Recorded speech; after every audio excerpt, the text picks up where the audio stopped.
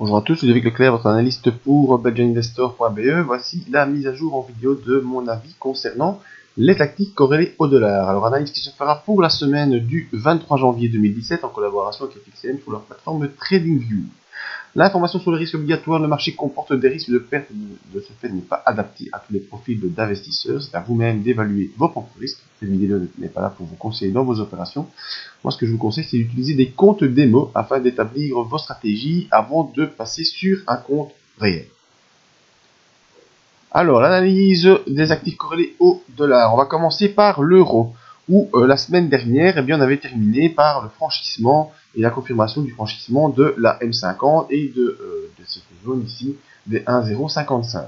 Je vous avais dit que, comme on avait franchi cette zone, qu'on était sorti du couloir baissier, eh bien, probablement qu'on pourrait poursuivre en direction des 1,078. Eh bien, c'est le cas toute la semaine, où vous voyez que on a accéléré ici fortement mardi. Mercredi, on a consolidé revenu sur la M7. Puis jeudi, vendredi, on parvient à se maintenir au-dessus de la M7.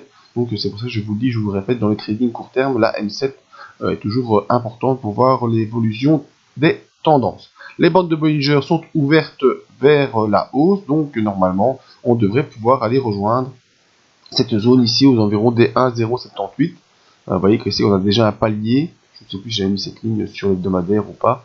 1,076, voilà, c'est un objectif qu'il faudra envisager pour cette semaine. Donc ça laisse encore quelques pips pour ceux qui jouent de l'intraday. N'oubliez pas de toujours prendre les,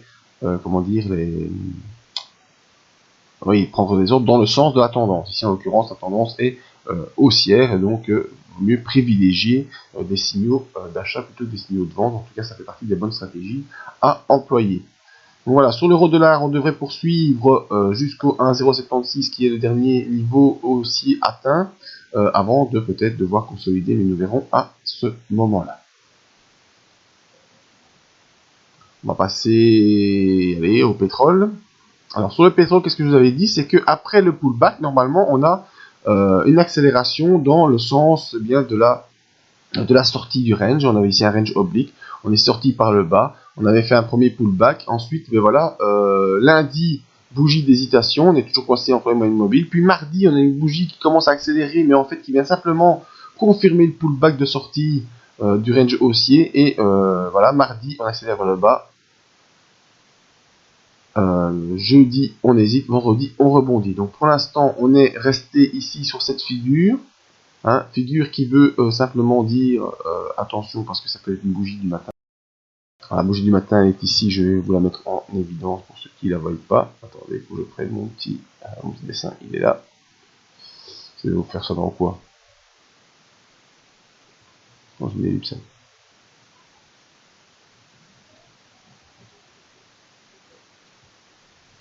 Voilà.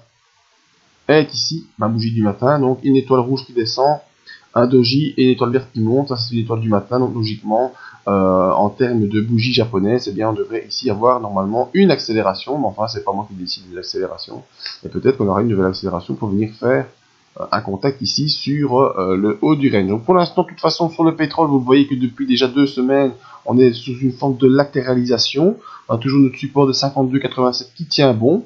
Au niveau supérieur, on va essayer de définir une zone, je vais mettre des flèches pour avoir plus de visibilité. Voilà, on peut se dessiner ici une petite ligne. Tac. Allez, on va se la mettre là. Pour 56. Donc voilà, pour l'instant, on est dans ce range ici, vous voyez, où les 56 font résistance, on ne passe pas. En support, on a un support hebdomadaire ici à 52,87. Donc maintenant, à identifier, c'est si lundi, on part à la hausse et qu'on part au-dessus des 56, et bien on a un objectif plus lointain vers les 62. Donc on verra ce qui peut se passer avec cette figure bougie japonaise qui nous dit normalement étoile du matin. Donc on devrait accélérer à la hausse. Donc à confirmer pour lundi. Sur l'or, et bien sur l'or, on est toujours dans cette belle phase haussière. Voilà, on vient s'installer ici proche de la zone des 1200, 1212 étant 1200, 1212, c'est vraiment un couloir ici de résistance où on a été sorti, on avait fait une accélération en dessous des 1200 ici, ça avait été provoqué au mois de novembre et on était parti beaucoup plus bas jusqu'au 1129. Maintenant, on est sur une forme de rebond. On est repassé au-dessus de la M7, au-dessus de la M20. On vient de passer au-dessus de la M50. Pour l'instant, on latéralise un petit peu et il faudra pouvoir s'affranchir de cette zone des 1212 pour pouvoir accélérer en direction des objectifs plus importants. Mais vous voyez qu'on a ici la M50. Alors, tout cela se fait dans le cadre d'une accélération en ABC, une accélération dont j'ai parlé lors de la vidéo de perspective 2017. Pour l'instant, eh bien, le scénario tient le coup tant qu'on reste au-dessus des 1129. Vous voyez qu'on a un peu de marge. Enfin, bon, l'estimation 2017 se fait sur un graphique hebdomadaire et mensuel. Et ici, on est en journalier. Donc, sur le court terme, on est sur une légère latéralisation. Attendre le franchissement en journalier, c'est plutôt ici. Voilà, la zone 1217. Donc, tant qu'on est dans ce couloir 1200, 1217, pas d'accélération. Si on franchit 1217 à la hausse, on pourra viser facilement 1240, la zone de la M100. Et si on passe les 1200 à la baisse, eh bien, viser un retour sur la M20, ou un retour des 1180.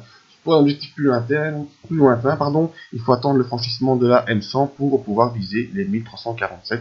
Et ça, c'est pour des investissements un peu plus de long terme.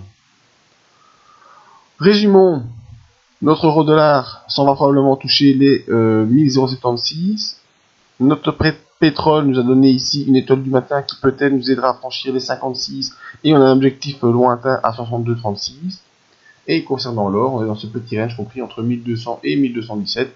Si on franchit à la hausse, attention à la M100 pour un objectif lointain à 1347. Et si on passe sous les 1200, eh bien probablement la M20 à 1180 et ensuite les 1129.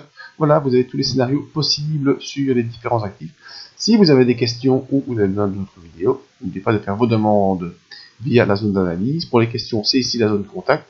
Venez voir les différents avis qui m'ont été envoyés par mail ou sur les réseaux sociaux pour voir un peu ce que les gens pensent de mon travail. Sinon, on a des formations, de la gestion privée, une zone membre et des soirées investisseurs spéciales Belgique. Voilà, merci à tous et à tout bientôt pour d'autres vidéos.